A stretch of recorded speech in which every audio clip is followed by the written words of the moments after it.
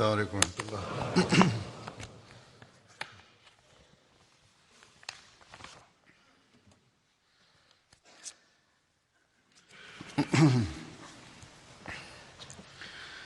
أشهد أن لا إله إلا الله وحده لا شريك له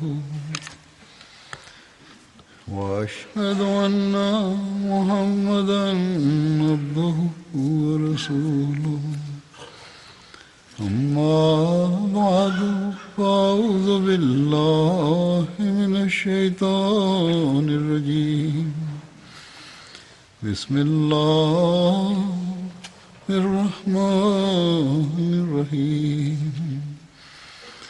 الحمد لله رب العالمين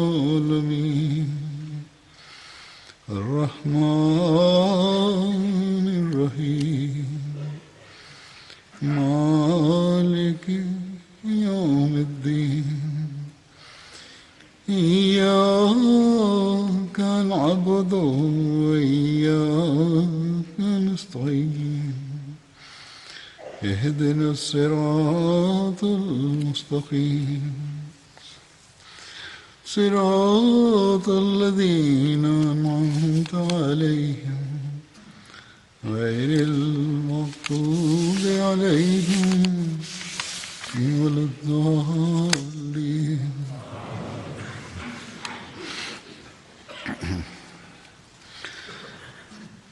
حضرت سعد بن عبادہ کا ذکر گزشتہ چند خطبوں سے چل رہا ہے۔ آج میں اس کا آخری حصہ بیان کروں گا۔ حضرت صلی اللہ علیہ وسلم کی وفات کے بعد انصار اپنے میں سے جن کو خلیفہ منتخب کرنا چاہتے تھے ان میں ان کا نام بھی خاص طور پر لیا جاتا ہے۔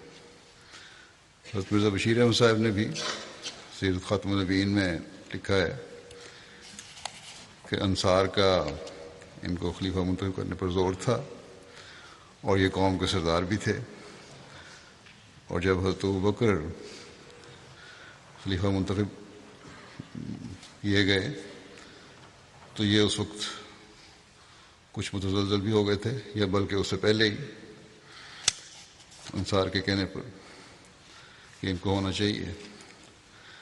اس حوالے سے حضرت مسلم معود رضی اللہ عنہ نے بڑی تفصیل سے روشنی ڈالی ہے اور خلافت کے مقام کی اہمیت بھی اس حوالے سے بیان کی ہے۔ اس لیے میں اس بیان کو بڑا ضروری سمجھتا ہوں، بڑی وقت کی ضرورت ہے۔ اس مسلم موت کے حوالے سے پہلے حدیث اور ایک تاریخی حوالہ بھی پیش کروں گا۔ حمید بن عبد الرحمن کہتے ہیں کہ رسول اللہ صلی اللہ علیہ وسلم کے وصال کے وقت حضرت ابوبکر مدینہ منورہ کے نواب میں تھے۔ جب وہ آئے تو انہوں نے آپ صلی اللہ علیہ وسلم کے چہرے سے کپڑا ہٹا کر آپ کے چہرے مبارک کو چوما اور فرمایا، میرے ماں باپ آپ پر قربان، آپ زندہ ہونے اور وفات یافتہ ہونے کی حالت میں کس قدر پاکیزہ تھے۔ پھر کہا کہ رب کعبہ کی قسم، محمد صلی اللہ علیہ وسلم وفات پا چکے ہیں۔ اس کے بعد حضرت ابوبکر اور حضرت عمر رضی اللہ عنہما نے تیزی کے ساتھ ثقیفہ بنو ساعدہ کی طرف روانہ ہوئے۔ یہ دونوں وہاں پہنچے تو حضرت ابوبکر نے گفتگو شروع کی۔ آپ نے قرآن کریم میں انصار کی بابت جو کچھ نازل ہوا اس میں سے کچھ نہ چھوڑا، اور نبی کریم صلی اللہ علیہ وسلم نے انصار کی فضیلت کے بارے میں جو کچھ فرمایا تھا وہ سب بیان کیا۔ پھر آپ نے فرمایا، تم لوگوں کو علم ہے کہ رسول اللہ صلی اللہ علیہ وسلم نے فرمایا تھا کہ اگر لوگ ایک وادی میں چلیں اور انصار دوسری وادی میں، تو میں انصار کی وادی میں چلوں گا۔ پھر حضرت سعد کو مخاطب کر کے حضرت ابوبکر نے فرمایا کہ اے سعد، تجھے علم ہے کہ تو بیٹھا ہوا تھا جب رسول اللہ صلی اللہ علیہ وسلم نے فرمایا کہ خلافت کا حقدار قریش ہوں گے، لوگوں میں سے جو نیک ہوں گے وہ قریش کے نیک افراد کے تابع ہوں گے، اور جو فاجر ہوں گے وہ قریش کے فاجروں کے تابع ہوں گے۔ حضرت سعد نے کہا کہ آپ نے سچ کہا، ہم وزیر ہیں اور آپ لوگ امراء۔ یہ مسند احمد بن حنبل کی حدیث ہے۔ طبقات الکبریٰ میں اس موقع کی تفصیل میں اس طرح لکھا ہے کہ نبی کریم صلی اللہ علیہ وسلم کی وفات کے بعد حضرت ابوبکر نے حضرت سعد بن عبادہ کی طرف پیغام بھجوایا کہ وہ آ کر بیعت کریں، کیونکہ لوگوں نے بیعت کر لی ہے اور تمہاری قوم نے بھی بیعت کر لی ہے۔ اس پر انہوں نے کہا کہ اللہ کی قسم، میں اس وقت تک بیعت نہیں کروں گا جب تک میں اپنے ترکش میں موجود سارے 30 لوگوں کو نہ مار لوں، یعنی انکار کیا بقول ان کے، اور وہ لوگ جو میری قوم و قبیلہ میں سے میرے تابع ہیں ان کے ہمراہ تم لوگوں سے قتال نہ کر لوں۔ حضرت ابوبکر کو جب یہ خبر موصول ہوئی تو بشیر بن سعد نے کہا کہ اے خلیفہ رسول صلی اللہ علیہ وسلم، انہوں نے انکار کیا ہے اور اصرار کیا، یعنی انکار پر اصرار کر رہے ہیں، وہ آپ کی بیعت کرنے والے نہیں، خواہ انہیں قتل کر دیا جائے، اور وہ ہرگز قتل نہیں کیے جا سکتے جب تک کہ ان کے ساتھ ان کی اولاد اور ان کے قبیلے کو قتل نہ کیا جائے، اور یہ لوگ ہرگز قتل نہیں کیے جا سکتے جب تک کہ قبیلہ خزرج کو قتل نہ کیا جائے، اور خزرج کو ہرگز قتل نہیں کیا جا سکتا جب تک کہ اوس کو قتل نہ کیا جائے، لہذا آپ ان کی طرف پیش قدمی نہ کریں جبکہ آپ لوگوں کے لیے معاملہ سیدھا ہو چکا ہے، وہ آپ کو نقصان نہیں پہنچا سکتا۔ یعنی ان کی قوم میں سے اکثریت نے بیعت کر لی ہے، اگر انکار کیا ہے تو کوئی بات نہیں، کیونکہ وہ ایک ایسا تنہا شخص ہے جسے چھوڑ دیا گیا ہے۔ حضرت ابوبکر نے حضرت بشیر کی نصیحت کو قبول کرتے ہوئے حضرت سعد کو چھوڑ دیا۔ پھر جب حضرت عمر خلیفہ بنے تو ایک روز مدینہ کے راستے پر سعد سے ملے، آپ نے فرمایا کہو اے سعد۔ سعد نے کہا کہو اے عمر۔ یہ آپس میں گفتگو ہو رہی ہے۔ حضرت عمر نے فرمایا کہ تم ویسے ہی ہو جیسے پہلے تھے؟ سعد نے کہا ہاں میں ویسا ہی ہوں، خلافت آپ کو مل گئی ہے، لیکن یہ انکار، خلافت تو مل گئی ہے آپ کو، ٹھیک ہے، لوگوں نے بیعت بھی کر لی بہت سارے، لیکن میں نے ابھی تک نہیں کی۔ پھر انہوں نے کہا کہ بخدا آپ کا ساتھی یعنی حضرت ابوبکر رضی اللہ عنہ ہمیں آپ کی نسبت زیادہ محبوب تھا۔ یہ حضرت عمر کو حضرت سعد نے کہا کہ حضرت ابوبکر ہمیں زیادہ محبوب تھے آپ کی نسبت۔ پھر حضرت سعد نے کہا کہ بخدا میں نے اس حالت میں صبح کی ہے کہ میں آپ کی ہمسائیگی کو پسند نہیں کرتا۔ حضرت عمر رضی اللہ عنہ نے فرمایا کہ جو اپنے پڑوسی کی مصاحبت کو ناپسند کرتا ہے تو وہ پھر اس کے پاس سے منتقل ہو جائے۔ حضرت سعد نے کہا میں یہ بھولنے والا نہیں، یعنی میں کروں گا یہ، میں ایسی ہمسائیگی کی طرف منتقل ہونے والا ہوں جو آپ سے بہتر ہے۔ ان کے خیال میں کچھ عرصہ نہیں گزرا تھا کہ حضرت سعد نے حضرت عمر رضی اللہ عنہ کی خلافت کے آغاز میں ملک شام کی طرف ہجرت کی۔ طبقات الکبریٰ کا یہ حوالہ ہے۔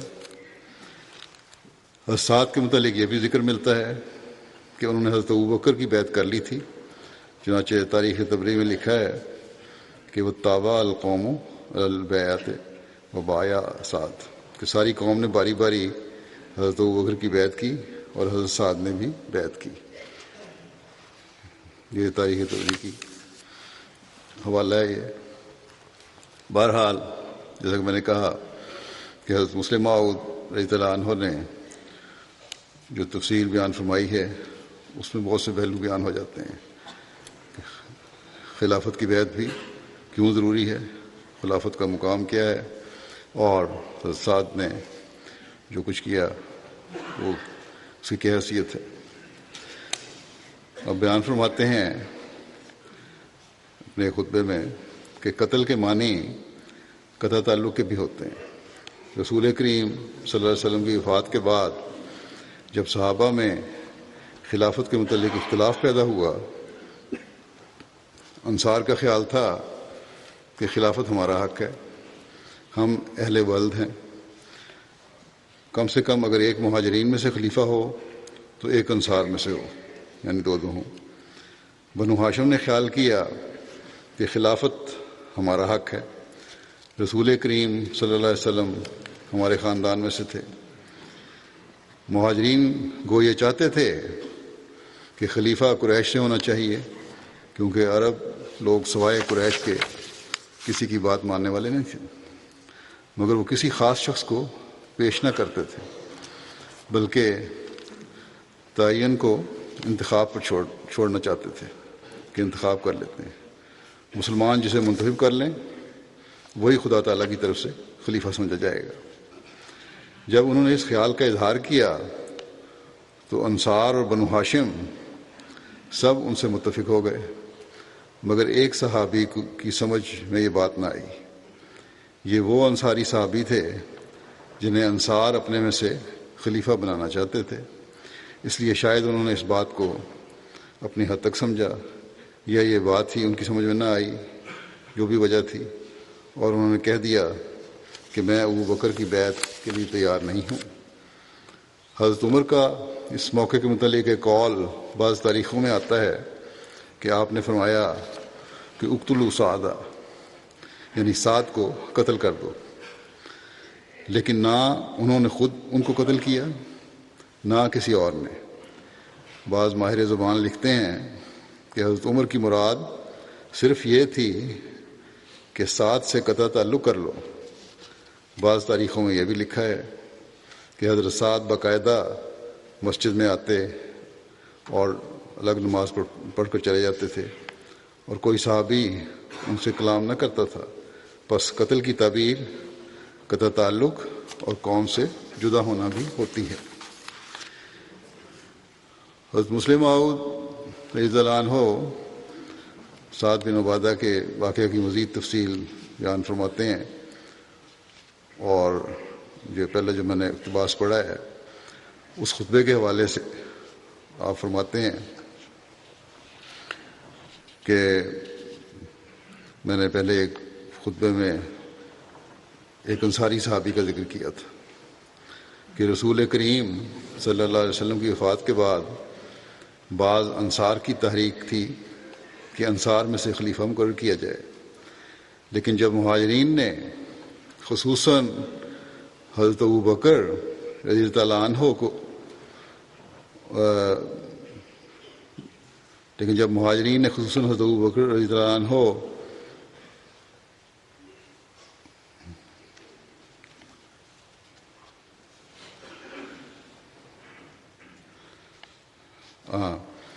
جو مہاجرین نے اور خصوصاً حضرت ابو بکر رضی اللہ عنہ نے صحابہ کو بتایا کہ اس قسم کا انتخاب کبھی بھی ملت اسلامیہ کے لیے مفید نہیں ہو سکتا، کہ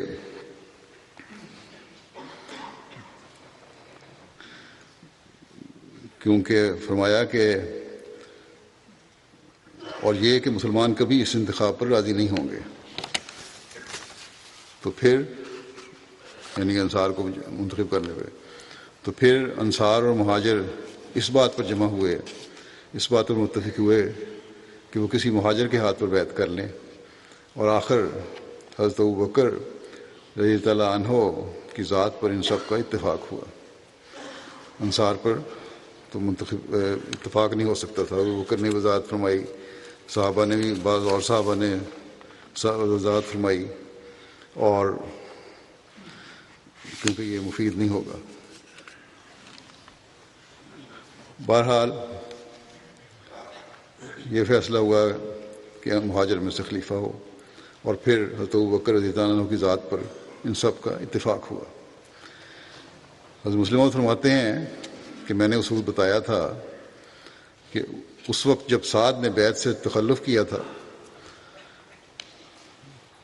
تھوڑا سا انقباض کیا تھا، تو حضرت عمر رضی اللہ تعالیٰ عنہ نے کہا تھا کہ اقتلوا سعد، یعنی سعد کو قتل کر دو، مگر نہ تو انہوں نے سعد کو قتل کیا اور نہ کسی اور صحابی نے، بلکہ وہ حضرت عمر رضی اللہ تعالیٰ عنہ کی خلافت تک زندہ رہے۔ حضرت سعد حضرت عمر کی خلافت تک زندہ رہے، جیسا کہ پہلے اقتباس بیان ہو چکا ہے، اور حضرت عمر رضی اللہ عنہ کی خلافت میں شام میں فوت ہوئے، ہجرت کر لی تھی انہوں نے اور شام میں فوت ہوئے، جس سے ائمہ سلف نے استدلال کیا ہے کہ قتل کے معنی یہاں جسمانی قتل نہیں بلکہ قطع تعلق کے ہیں، اور عربی زبان میں قتل کے کئی معنی ہوتے ہیں۔ اردو میں بے شک قتل کے معنی جسمانی قتل کے ہی ہوتے ہیں، لیکن عربی زبان میں جب قتل کا لفظ استعمال کیا جائے تو وہ کئی معنوں میں استعمال ہوتا ہے، جن میں سے ایک معنی قطع تعلق کے ہیں، اور لغت والوں نے استدلال کیا ہے کہ حضرت عمر رضی اللہ عنہ کی مراد قتل سے قتل نہیں بلکہ قطع تعلق تھا، ان کو چھوڑ دیا جائے، ان سے بات چیت بند کر دی جائے، ورنہ اگر قتل سے مراد ظاہری طور پر قتل کر دینا تھا تو حضرت عمر رضی اللہ عنہ نے جو بہت جوشیلے تھے انہیں خود کیوں نہ قتل کر دیا، یا صحابہ میں سے کسی نے کیوں انہیں قتل نہ کیا، مگر جب کہ حضرت عمر رضی اللہ عنہ نے نہ صرف انہیں اس وقت قتل نہ کیا بلکہ اپنی خلافت کے زمانہ میں بھی قتل نہ کیا، اور بعض کے نزدیک تو وہ حضرت عمر کی خلافت کے بعد بھی زندہ رہے اور کسی صحابی نے ان پر ہاتھ نہ اٹھایا، تو بہرحال اس سے ظاہر ہوتا ہے کہ قتل سے مراد قطع تعلق ہی تھا، ظاہری طور پر قتل کرنا نہیں تھا، اور گو وہ صحابی عام صحابہ سے الگ رہے، حضرت سعد الگ ہو گئے ان سے، لیکن کسی نے ان پر ہاتھ نہیں اٹھایا۔ بس حضرت مسلم فرماتے ہیں کہ میں نے مثال دی تھی کہ رویا میں بھی اگر کسی کے متعلق قتل ہونا دیکھا جائے تو اس کی تعبیر قطع تعلق اور بائیکاٹ بھی ہو سکتی ہے۔ اپنے ایک حوالے خطبے کا ذکر کر رہے ہیں۔ بہرحال آگے فرماتے ہیں کہ مجھ سے ایک دوست نے بیان کیا ہے کہ ایک شخص نے اس خطبے کے بعد کہا کہ سعد نے گو بیعت نہیں کی تھی لیکن مشوروں میں انہیں ضرور شامل کیا جاتا تھا، یعنی بیعت نہ ہونے کے باوجود بھی حضرت ابوبکر رضی اللہ عنہ انہیں مشوروں میں شامل کرتے تھے۔ حضرت مسلم فرماتے ہیں اس شخص کی نے جو بات کی ہے، اس بات حضرت سعد کے متعلق، اس کے دو معنی ہو سکتے ہیں کہ یا تو میرے مفہوم کی تردید ہے، یعنی حضرت مسلم جو بیان کر رہے ہیں لغت کی تعریف قتل کی، یا اس کی دو معنی ہو سکتے ہیں کہ یا تو وہ میرے مفہوم کی تردید کر رہا ہے، یا یہ کہ یعنی کہ ایسا کوئی واقعہ نہیں ہوا، یا یہ کہ خلافت کی بیعت نہ کرنا کوئی اتنا بڑا جرم نہیں ہے۔ دوسری بات یہی ثابت کرنا چاہتا ہے یہ شخص کہ اگر خلافت کی بیعت نہ کی جائے تو کوئی بڑا جرم نہیں ہے، کیونکہ سعد نے گو بیعت نہیں کی تھی مگر مشوروں میں شامل ہوا کرتے تھے۔ آپ فرماتے ہیں کسی شاعر نے کہا ہے کہ تا مرد سخن نہ گفتہ باشد، عیب و ہنرش نہ ہفتہ باشد۔ انسان کے عیب و ہنر اس کی بات کرنے تک پوشیدہ ہوتے ہیں، جب انسان بات کر دیتا ہے تو کئی دفعہ اپنے عیوب ظاہر کر دیتا ہے، خاموش ہو عیب چھپے رہتے ہیں، باتیں کر دیتا ہے بعض دفعہ بیوقوفوں والی تو عیب ظاہر ہو جاتے ہیں۔ آپ کہتے ہیں کہ اس شخص کا، یعنی اس شخص نے جس نے یہ تعریف کی تھی کہ حضرت سعد مشورے میں شامل ہوتے تھے، یا حضرت مسلم موت کے خطبے پہ تبصرہ کیا تھا، کہ اس شخص کا بات کرنا بھی یہی معنی رکھتا ہے کہ یا تو وہ خلافت کی بیعت کی تخفیف کرنا چاہتا ہے یا اپنے علم کا اظہار کرنا چاہتا ہے، لیکن یہ دونوں باتیں غلط ہیں۔ علم کے اظہار کا کوئی فائدہ نہیں ہو سکتا کیونکہ یہ بات اتنی ہی غلط ہے کہ ہر عقل مند اس کو سن کر سوائے مسکرا دینے کے اور کچھ نہیں کر سکتا۔ صحابہ کے حالات کے متعلق اسلامی تاریخ میں 3 کتابیں بہت مشہور ہیں، اور تمام تاریخ صحابہ سے متعلق تمام تاریخ جو صحابہ سے متعلق ہے انہی کتابوں میں چکر کھاتی ہے، اور وہ کتابیں یہ ہیں کہ تہذیب التہذیب، اصابہ اور اسد الغابہ. ان تینوں میں سے ہر ایک میں یہی لکھا ہے کہ سعد باقی صحابہ سے الگ ہو کر شام میں چلے گئے اور وہیں فوت ہوئے. اور بعض لغت کی کتابوں نے بھی قتل کے معنی، قتل کے لفظ پر بحث کرتے ہوئے اس واقعے کا ذکر کیا ہے. وہ فرماتے ہیں کہ بات یہ ہے کہ صحابہ میں سے 60-70 کے نام سعد ہیں. انہی میں سے ایک سعد بن ابی وقاص بھی ہیں جو عشرہ مبشرہ میں سے تھے. حضرت عمر کی طرف سے کمانڈر ان چیف مقرر تھے اور تمام مشوروں میں شامل ہوا کرتے تھے. معلوم ہوتا ہے کہ اس شخص نے، جس نے یہ اعتراض کیا تھا خطبے پہ مسلم موت کے، کمی علم سے سعد کا لفظ سن کر یہ نہ سمجھا کہ یہ سعد اور ہے اور وہ سعد اور، جھٹ میرے خطبے پہ تبصرہ کر دیا. یہ میں نے سعد بن ابی وقاص کا ذکر نہ کیا تھا جو مہاجر تھے، بلکہ میں نے جس کا ذکر کیا وہ انصاری تھے. ان دو کے علاوہ اور بھی بہت سے سعد ہیں، بلکہ 60-70 کے قریب سعد ہیں. جس سعد کے متعلق میں نے ذکر کیا ان کا نام سعد بن عبادہ تھا. عرب کے لوگوں میں نام دراصل بہت کم ہوتے تھے، اور عام طور پر ایک ایک گاؤں میں ایک نام کے کئی آدمی ہوا کرتے تھے. جب کسی کا ذکر کرنا ہوتا تو اس کے باپ کے نام سے اس کا ذکر کرتے. مثلا صرف سعد یا سعید نہیں کہتے تھے، بلکہ سعد بن عبادہ یا سعد بن ابی وقاص کہتے. پھر جہاں باپ کے نام سے شناخت نہ ہو سکتی وہاں ان کے مقام کا ذکر کرتے. جہاں مقام کے ذکر سے بھی شناخت نہ ہو سکتی وہاں اس کے قبیلے کا ذکر کرتے. چنانچہ ایک سعد کے متعلق تاریخوں میں بڑی بحث آئی ہے، کیونکہ نام ان کا دوسروں سے ملتا جلتا تھا. اس لیے مورخین ان کا ذکر کرتے ہوئے لکھتے ہیں کہ مثلا ہماری مراد اسی سعد سے ہے، یا مثلا خزرجی سعد سے ہے. ان صاحب سے معلوم ہوتا ہے، یہ اعتراض کرنے والے صاحب جو ہیں یا تبصرہ کرنے والے، کہ ناموں کے اختلاف کو نہیں سمجھا اور یوں ہی اعتراض کر دیا. مگر ایسی باتیں انسانی علم کو بڑھانے والی نہیں ہوتی، بلکہ جہالت کا پردہ فاش کرنے والی ہوتی ہیں. پھر آپ فرماتے ہیں کہ خلافت ایک ایسی چیز ہے جسے جدائی کسی عزت کا مستحق انسان کو نہیں بنا سکتی. آپ فرماتے ہیں کہ اسی مسجد میں جہاں آپ خطبہ دے رہے تھے، بعد میں مسجد اقصیٰ ہے، کہ میں نے حضرت خلیفہ اول سے سنا، آپ فرماتے تھے کہ تم کو معلوم ہے کہ پہلے خلیفہ کا دشمن کون تھا؟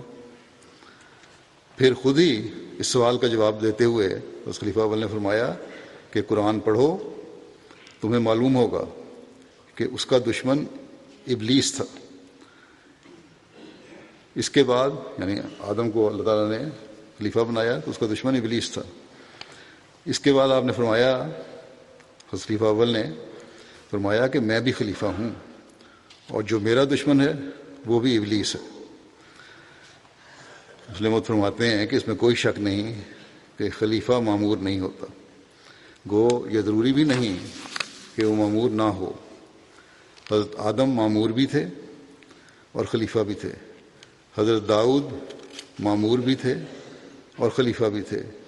اور اسی طرح حضرت مسیح موعود علیہ السلام معمور بھی تھے اور خلیفہ بھی تھے. پھر تمام انبیاء معمور بھی ہوتے ہیں اور خدا کے قائم کردہ خلیفہ بھی. جس طرح ہر انسان ایک طور پر خلیفہ ہے، اسی طرح انبیاء بھی خلیفہ ہوتے ہیں. مگر ایک وہ خلفاء ہوتے ہیں جو کبھی معمور نہیں ہوتے.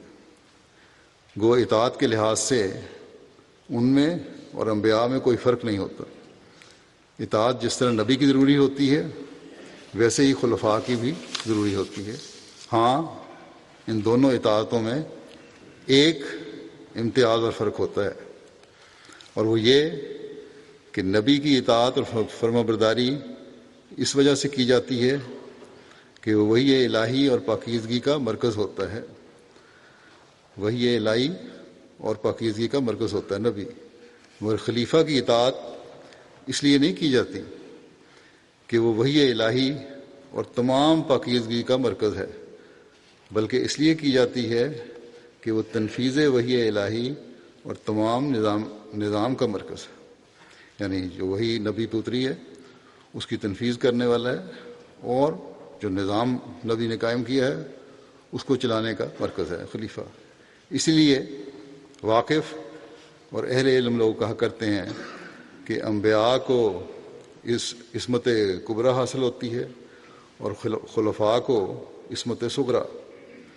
اسی مسجد میں جہاں مسلم موت فرما رہے ہیں خطبہ قادیان میں، کہ اسی مسجد میں اسی ممبر پر جمعہ کے ہی دن حضرت خلیفہ اول سے میں نے سنا آپ فرماتے تھے کہ تم میرے کسی ذاتی فعل میں عیب نکال کر اس اطاعت سے باہر نہیں ہو سکتے۔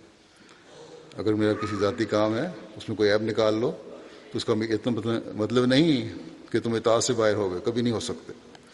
جو خدا نے تم پر عائد کی ہے وہ اطاعت جو خدا نے تم پر عائد کی ہے تم اس سے باہر نہیں ہو سکتے، کیونکہ جس کام کے لیے میں کھڑا ہوا ہوں وہ اور ہے، اور وہ نظام کا اتحاد ہے، اس لیے میری فرمانبرداری ضروری اور لازمی ہے۔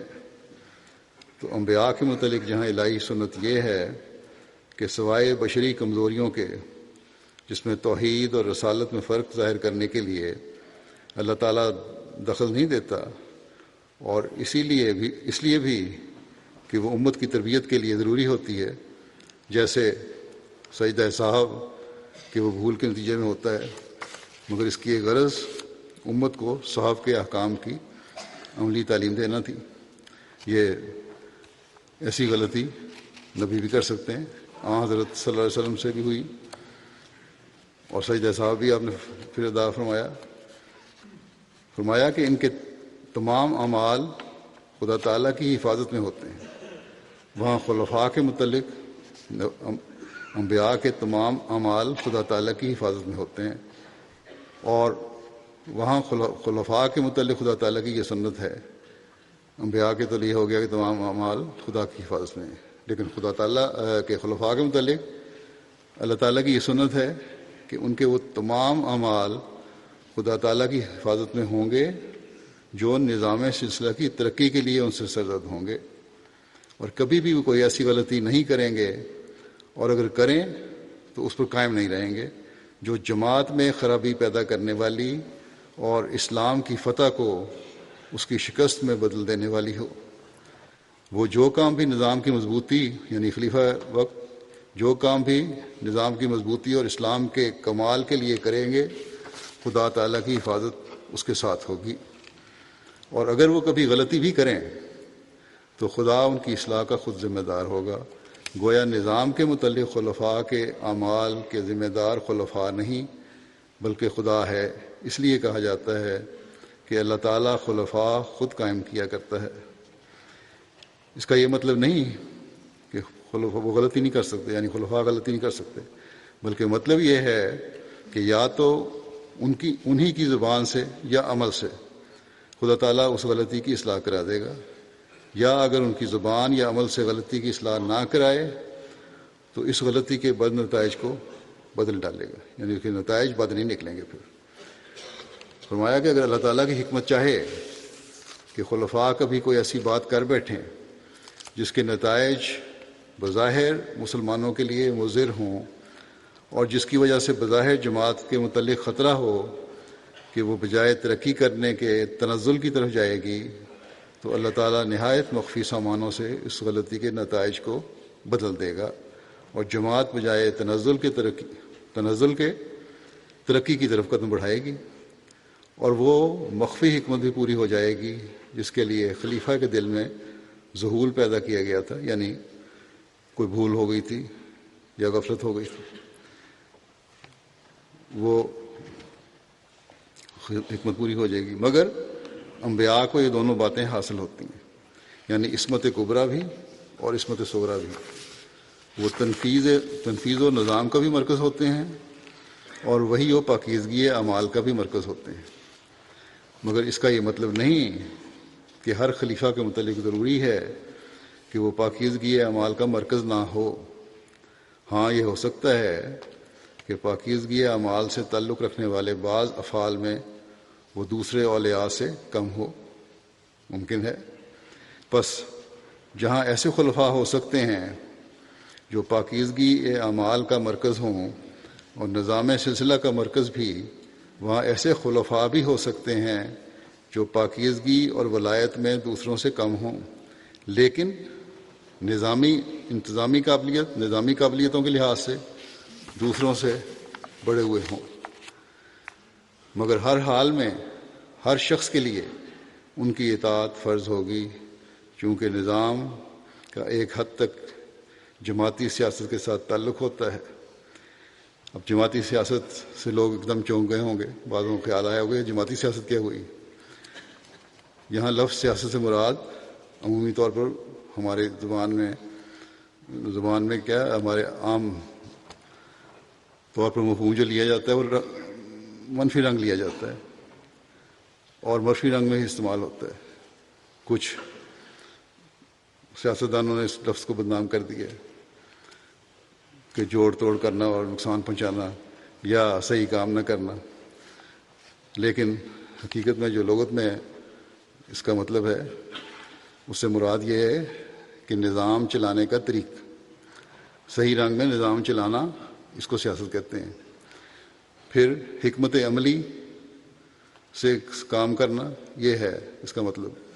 برائیوں کو روکنے کے لیے نظام کو قائم کرنا، یہ ہے اس کا مطلب۔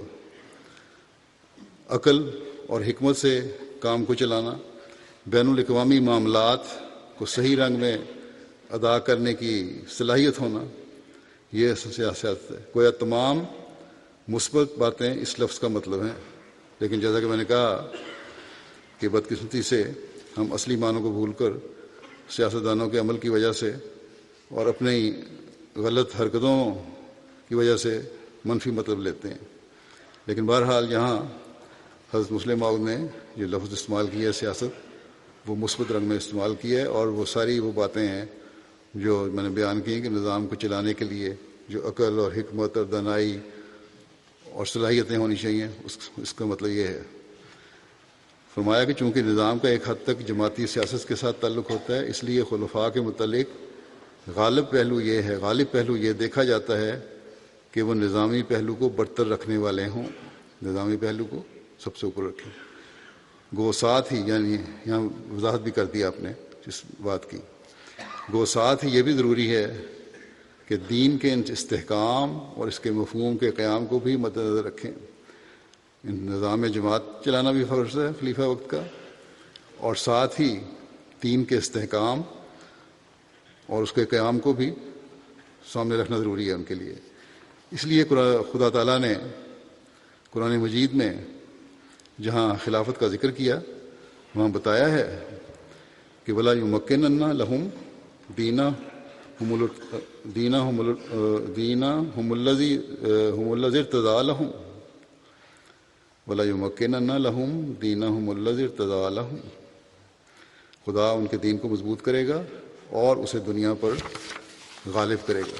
بس جو دین خلفاء پیش کریں وہ خدا تعالیٰ کی حفاظت میں ہوتا ہے، مگر یہ حفاظت صغریٰ ہوتی ہے۔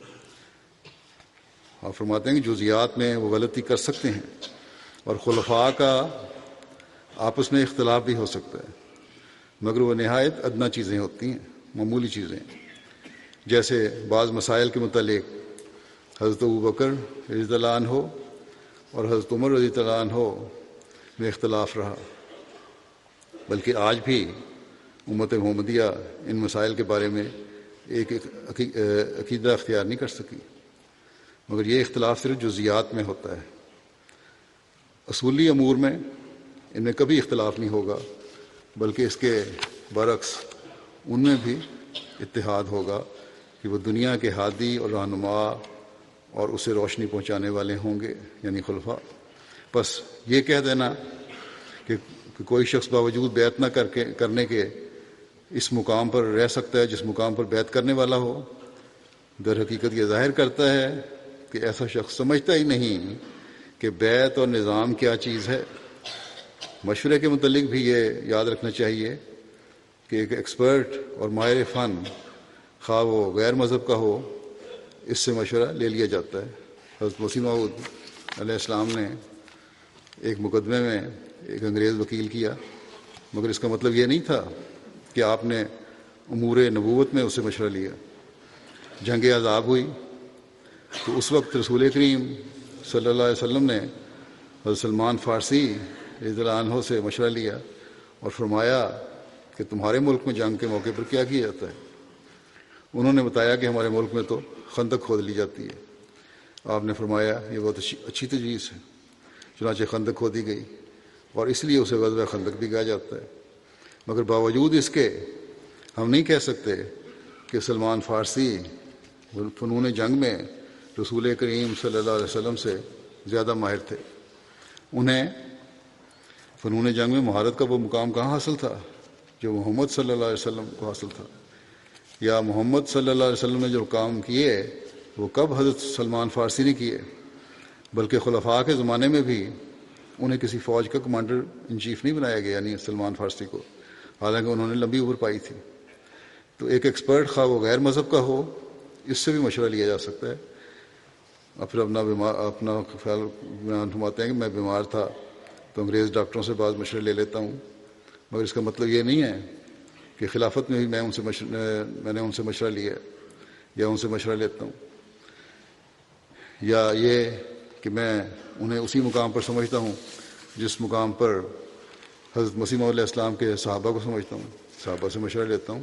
تو اس کا مطلب یہ نہیں ہے کہ غیر سے مشورہ لینا اور صحابہ سے مشورہ لینا ایک بات ہے، صحابہ کا مقام بہرحال بلند ہے۔ فرمایا کہ بلکہ اس کا مطلب صرف یہ ہوتا ہے کہ میں نے طب میں مشورہ لیا، ایک خاص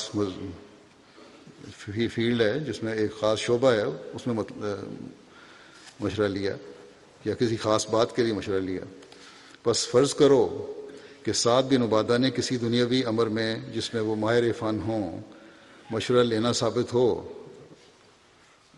سعد بن عبادہ سے کسی دنیاوی امر میں جس میں وہ ماہر فن ہو مشورہ لینا ثابت بھی ہو، تو یہ نہیں کہا جا سکتا، تب بھی یہ نہیں کہا جا سکتا کہ وہ مشوروں میں شامل ہوتے تھے۔ مگر ان کے متعلق تو کوئی صحیح روایت ایسی نہیں جس میں ذکر آتا ہو کہ وہ مشوروں میں شامل ہوتے تھے، بلکہ مجموعی طور پر روایات یہی بیان کرتی ہیں کہ وہ مدینہ چھوڑ کر شام کی طرف چلے گئے تھے اور صحابہ پر یہ اثر تھا کہ وہ اسلامی مرکز سے منقطع ہو چکے ہیں۔ اس لیے ان کی وفات پر صحابہ کے متعلق آتا ہے کہ انہوں نے کہا کہ فرشتوں یا جنوں نے انہوں نے مار دیا یا جنہوں نے انہیں مار دیا، جس سے معلوم ہوتا ہے کہ صحابہ کے نزدیک ان کی موت کو بھی اچھے رنگ میں نہیں سمجھا گیا، کیونکہ یوں تو ہر ایک کو فرشتہ ہی مارا کرتا ہے۔ ان کی وفات پر خاص طور پر کہنا کہ انہیں فرشتوں نے یا جنوں نے مار دیا بتاتا ہے کہ ان کے نزدیک وفات ایسے رنگ میں ہوئی کہ گویا خدا تعالیٰ نے انہیں اپنے خاص فعل سے اٹھا لیا کہ وہ شقاق کا موجب نہ ہوں۔ یعنی بہرحال بدری صحابہ میں سے تھے تو کسی قسم کے نفاق یا کوئی اور مخالفت یا اور کسی ایسی کوئی بات کا موجب نہ ہو جس سے پھر ان کا وہ مقام گرتا ہو، لیکن بہرحال علیحدہ ہو گئے۔ یہ بیان کرنے کے بعد فرماتے ہیں کہ یہ تمام روایات بتلاتی ہیں کہ ان کی وہ عزت صحابہ کے دلوں میں نہیں رہی تھی جو ان کے اس مقام کے لحاظ سے ہونی چاہیے تھی جو کبھی انہوں نے حاصل کیا تھا، اور یہ کہ صحابہ ان سے خوش نہیں تھے، ورنہ وہ کیوں کر کہہ سکتے تھے کہ فرشتوں یا جنوں نے انہیں مار دیا، بلکہ ان الفاظ سے بھی زیادہ سخت الفاظ ان کی وفات پر کہے گئے ہیں جنہیں میں اپنے منہ سے کہنا نہیں چاہتا۔ بس یہ خیال کہ خلافت کی بیعت کے بغیر بھی انسان اسلامی نظام میں اپنے مقام کو قائم رکھ سکتا ہے، واقعات اور اسلامی تعلیم کے بالکل خلاف ہے، اور جو شخص اس قسم کے خیالات اپنے دل میں رکھتا ہے میں نہیں سمجھ سکتا کہ وہ بیعت کا مفہوم ذرہ بھی سمجھتا ہو۔ حضرت سعد بن عبادہ کی وفات حوران ملک شام میں ہوئی، حضرت عمر کے خلیفہ منتخب ہونے کے 2.5 سال کے بعد ہوئی تھی۔ علامہ ابن حجر اسقلانی کے مطابق ان کی وفات شام کے شہر بصرہ میں ہوئی تھی۔ یہ شام کا پہلا شہر تھا جو مسلمانوں نے فتح کیا تھا۔ مدینہ میں ان کی موت کا علم اس وقت ہوا، یہ روایت آتی ہے کہ پتہ نہیں لگا یہاں مدینہ میں کس طرح علم ہوا کہ جب بیر منبع یا بیر سکن یہ کنویں تھے. انہیں دوپہر کی سخت گرمی میں چھلانگیں لگانے والے لڑکوں میں سے ایک نے کنویں میں سے کسی کو یہ کہتے ہوئے سنا کہ قد قتلنا سید الخزرج سعد بن عبادہ ورمینا ہو بسہمین فلم تقت فوادو، کہ ہم نے خزرج کے سردار سعد بن عبادہ کو قتل کر دیا، ہم نے اسے 2 تیر مارے، ہم نے اس کے دل پر نشانہ لگانے سے خطا نہ کیا. لڑکے ڈر گئے اور لوگوں نے اس دن کو یاد رکھا. لوگوں نے اسے وہی دن پایا جس روز حضرت سعد کی وفات ہوئی تھی. سعد بیٹھے پیشاب کر رہے تھے کہ انہیں قتل کر دیا گیا اور وہ اسی وقت وفات پا گئے. حضرت سعد بن عبادہ کی وفات حضرت عمر کے دور خلافت میں ہوئی. ان کی وفات کے سال میں اختلاف ہے. بعض روایات کے مطابق 14 ہجری میں اور بعض کے مطابق 15 ہجری میں اور بعض کے مطابق وفات 16 ہجری میں ہوئی. حضرت سعد کی قبر دمشق کے قریب نشیبی جانب واقع ایک گاؤں منیہا میں ہے. طبقات الکبریٰ کا حوالہ. اب اس کے بعد میں 2 مرحومین کا ذکر کروں گا جن کا بھی جنازہ بھی پڑھاؤں گا انشاءاللہ. پہلے ہیں مکرم سید محمد سرور شاہ صاحب جو صدر احمدیہ قادیان کے ممبر تھے. 8 جنوری کو 85 سال کی عمر میں وفات پا گئی. انا للہ و انا الیہ راجعون. گزشتہ کچھ عرصے سے کینسر کے مرض میں مبتلا تھے، لیکن بڑی ہمت سے، صبر سے، حوصلے سے انہوں نے بیماری کا سامنا کیا اور آخر تک اپنے فرائض منصبی آسن رنگ میں ادا کرنے کی کوشش کرتے رہے. اپنی بیماری کو آڑے نہیں آنے دیا. آپ موضع سونگڑا صوبہ اوڈیشہ کے ایک معروف مخلص احمدی خاندان سے تعلق رکھتے تھے. ان کے پڑنانا حضرت سید عبدالرحیم صاحب حضرت مسیح موعود علیہ السلام کے صحابی تھے اور نانا مکرم مولوی عبدالعلیم صاحب مرحوم ایک جید عالم دین تھے اور شاعر بھی تھے.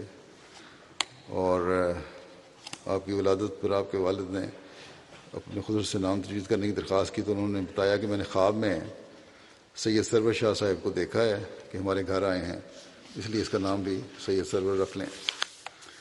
ابتدائی تعلیم کے بعد جو انہوں نے ضلع کٹک میں حاصل کی، BA پاس کیا، پھر پرائیویٹ اسکول میں ہیڈ ماسٹر ہو گئے.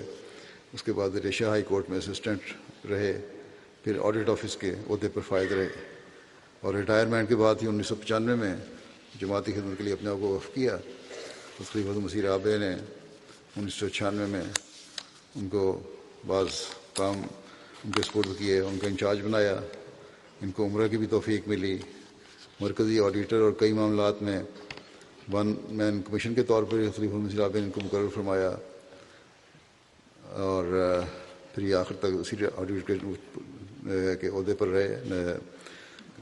اور مرحوم کو 9 سال تک بطور صدر قضاء بورڈ خدمت کی توفیق ملی. اسی طرح کئی اہم مرکزی کمیٹیوں کے صدر اور ممبر بھی رہے اور وفات تک صدر احمدیہ کے ممبر ہونے کی توفیق پائی. انتظامی صلاحیت بڑی اچھی تھی. لمبا عرصہ مرکزی آڈیٹر کے طور پر بھی خدمت کی توفیق ملی. جیسا کہ میں نے کہا، خلیفۃ مسیح رابع رحمہ اللہ تعالیٰ نے ان کو ایک خط میں فرمایا کہ آپ خوب کام کر رہے ہیں، جزاکم اللہ احسن جزا. بلا خوف اظہار حقیقت کرنے کی ادا بہت پسند آئی آپ کی. ماشاء اللہ بڑے باریک اور اہم پہلوؤں پر نظر جاتی ہے. آپ اسی طرح اپنے پروگرام کے مطابق اپنا کام کرتے رہیں اور آپ کو اس سے کوئی روک نہیں سکتا. اللہ آپ کو اس وقت ان کو دعا بھی دی صحت اور عمر کی.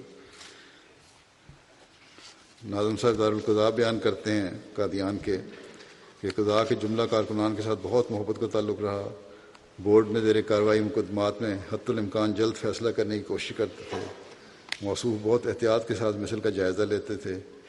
انصاف پر مبنی فیصلہ کروانے کی ہر ممکن کوشش کرتے تھے. صاحب الرائے اور حساس معاملات میں صاحب الرائے تھے اور حساس معاملات میں اللہ تعالیٰ سے رہنمائی کے طالب رہتے تھے. ان کے داماد ہیں ڈاکٹر طارق صاحب، میڈیکل افسر ہیں، سینئر میڈیکل افسر نور ہسپتال قادیان کے.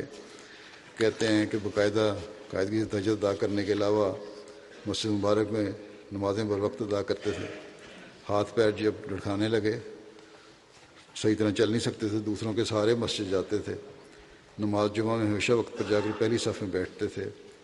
نماز مغرب سے عشاء تک مسجد میں بیٹھ کر نوافل دعاؤں اور تسبیحات میں مشغول رہتے تھے۔ ناظر اعلیٰ قادیان نے بھی لکھا ہے ان کی خوبیاں بہت تھیں، بڑی ملنساری تھی، مہمان نوازی تھی، بڑی انتھک محنتی انسان تھے، غریبوں کے ہمدرد تھے اور اپنے افسران بالا کے نہایت مطیع اور فرمانبردار تھے۔ خلافت سے وابستگی گہری تھی اور دوسروں کو بھی اس کی تلقین کیا کرتے تھے خلافت سے وابستہ رہنے کی۔ اللہ تعالیٰ کے فضل سے مرحوم موسی تھے اور مرحوم کے سب بیٹے بیٹیاں جماعتی کاموں میں بڑھ چڑھ کے حصہ لے رہے ہیں، اور ان کے چھوٹے بیٹے سید محمود احمد نور ہسپتال قادیان میں بطور فارماسسٹ خدمت کی سرانجام دے رہے ہیں۔ ان کے دونوں داماد سید تنویر احمد صاحب اور ڈاکٹر طارق احمد صاحب وقف زندگی ہیں، قادیان میں خدمت کی توفیق پا رہے ہیں۔ اسی طرح چھوٹے داماد جو ہیں سید حسن خان، وہ ریٹائرمنٹ کے بعد وہ بھی جماعت کی خدمت رضاکارانہ طور پر کر رہے ہیں۔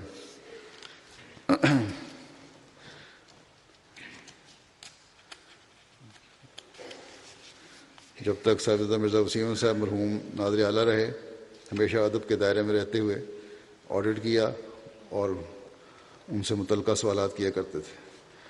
کہا کرتے تھے کہ سارے قادیان میں میاں صاحب جیسا محبت کرنے والا وجود کوئی نہیں تھا۔ دارالمسیح میں رہتے تھے اور میاں صاحب ان کا بڑا خیال رکھا کرتے تھے۔ بعض اوقات ان کی محبتوں اور شفقتوں کو یاد کر کے رو پڑا کرتے تھے۔ شاہ صاحب درویشان قادیان کا بڑا احترام کرتے تھے اور خود بھی بڑا عاجزی سے اور درویشی کی زندگی گزاری ہے انہوں نے۔ طلباء جامعہ احمدیہ سے بڑی محبت کا سلوک تھا، علماء کی بڑی عزت فرمایا کرتے تھے۔ اللہ تعالیٰ مرحوم کے درجات بلند فرمائے اور ان کی اولاد کو بھی ان کے نقش قدم پر چلنے کی توفیق عطا فرمائے۔ دوسرا جنازہ جو پڑھا جائے گا وہ ہے محترمہ شوکت گوہر صاحبہ، جو ڈاکٹر لطیف احمد قریشی صاحب ربا کی اہلیہ تھیں اور مولانا عبد المالک خان صاحب مرحوم کی بیٹی تھیں۔ یہ 5 جنوری کو ربا میں ان کی 77 سال کی عمر میں وفات ہو گئی۔ انا للہ و انا الیہ راجعون۔ اللہ کے فضل سے آپ بھی موسیہ تھیں، آگرے میں یہ پیدا ہوئی تھیں اور وہاں اس دنوں میں ان کے والد مولانا عبد المالک خان صاحب بطور مربی متعین تھے۔ پھر یہ والدین کے ساتھ حیدرآباد دکن میں رہیں۔ قیام پاکستان کے بعد کراچی شفٹ ہو گئے۔ انہوں نے ابتدائی تعلیم کراچی میں حاصل کی اور بڑی تعلیم میں پڑھائی میں بہت ہوشیار تھیں، ہمیشہ اچھی پوزیشن لیا کرتی تھیں۔ بڑی چھوٹی عمر سے خدمت سلسلہ کا ان کو شوق تھا۔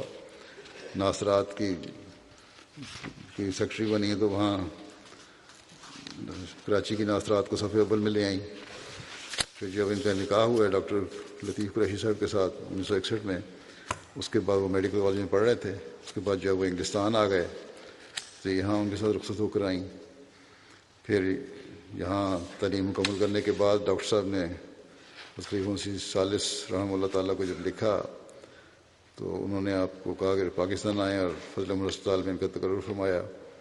انہوں نے بھی اپنے خاوند کے ساتھ بڑی بشاشت سے ربا جا کر وہاں خدمت شروع کی اور خدمت سلسلہ کے مواقع بھی ان کو میسر آئے۔ لجنہ کا بہت کام انہوں نے وہاں کیا ہے اور ربا کا ان کے زمانے میں رہنے والا ہر شخص، ہر عورت میرا خیال ہے ہر بچی بھی جانتی ہوگی ان کی خدمات کو۔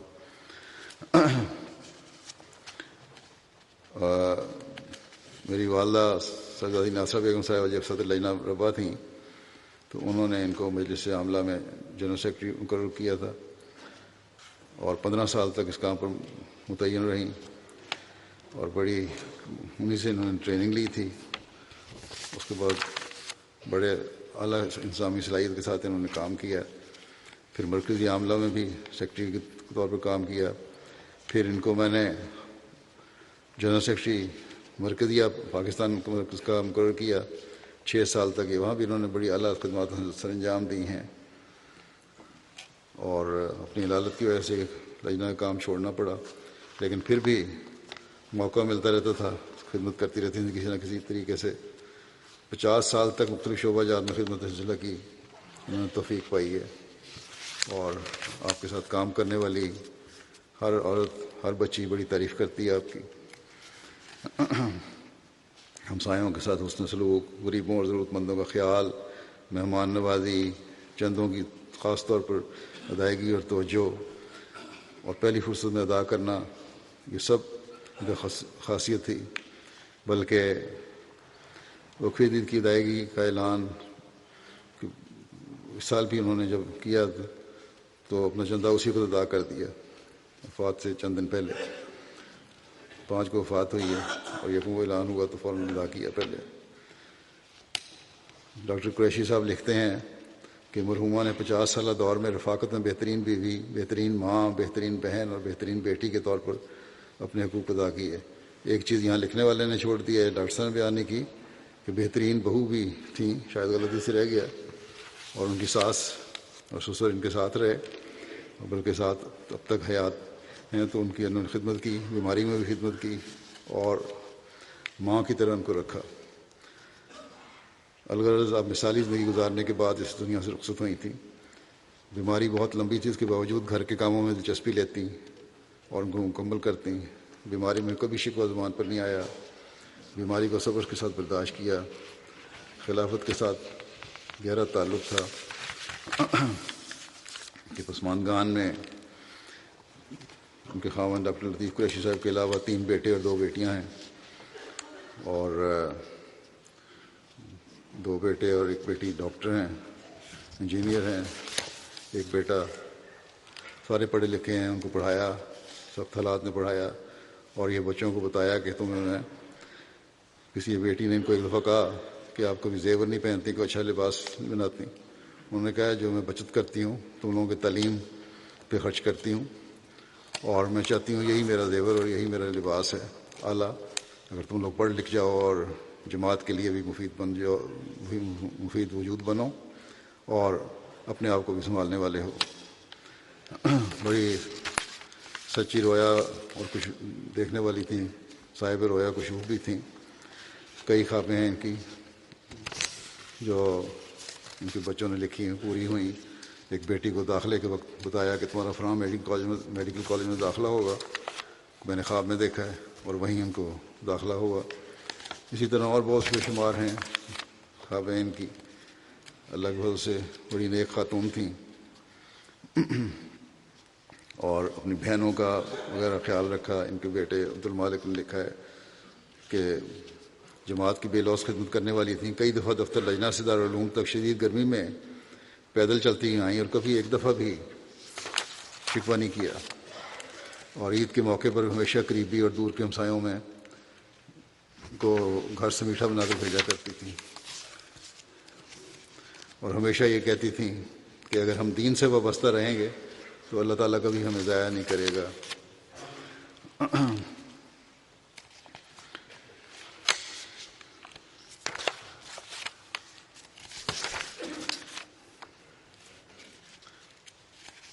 بیٹی ان کی کہتی ہیں کہ میرے شادی کے بعد جب میرے بچے ہوئے جو امریکہ میں رہتے ہیں تو مجھے ہمیشہ تلقین کی کہ امریکہ اور باہر کے ملکوں کے عمومی برے ماحول سے بچنے کے لیے اپنے بچوں سے پیار اور دوستی کا تعلق رکھنا، گھر کا ماحول ایسا بناؤ کہ ان کا گھر میں دل لگے اور باہر جانے کے بجائے گھر میں زیادہ وقت گزاریں۔ پھر یہ بیٹی کہتی ہیں کہ میڈیکل کالج میں ایک دفعہ لڑکیوں نے میری مخالفت کی، احمدی ہونے کی وجہ سے بائیکاٹ کر دیا۔ میں نے اپنی امی کو فون کیا اور رونے لگی تو انہوں نے بڑے اچھے انداز میں نصیحت کی اور فرمایا کہ اس میں رونے کی کیا بات ہے، یہ تو انبیاء کی سنت ہے جس پہ تمہیں چلنے کا موقع مل رہا ہے۔ اور یہ کہا کہ لکھ لو کہ اگر احمدیت کی وجہ سے کوئی تکلیف پہنچی تو اللہ تعالیٰ تمہیں کبھی ضائع نہیں کرے گا اور امتحان میں کامیاب ہوگی۔ چنانچہ کہتی ہیں کہ میں امتحان میں نہ صرف کامیاب ہوئی بلکہ وہی شرارتی لڑکیاں سب کے سب فیل بھی ہو گئیں۔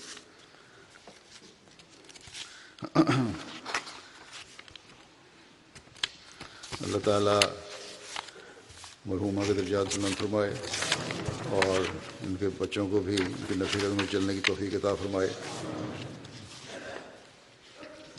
نیک ہوں، صالح ہوں، خادم دین ہوں اور خلافت سے ہمیشہ تعلق رکھنے والے، وفا کا تعلق رکھنے والے ہوں۔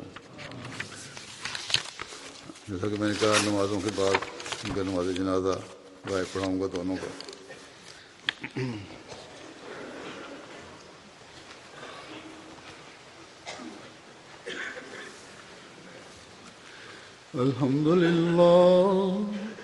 الحمد لله نحمده ونستعينه ونستغفره ونؤمن به ونتوكل عليه ونعوذ بالله من شرور أنفسنا ومن سيئات أعمالنا من يهده الله فلا مضل له ومن يضلل فلا هادي له ونشهد أن لا إله إلا الله ونشهد أن محمدا عبده ورسوله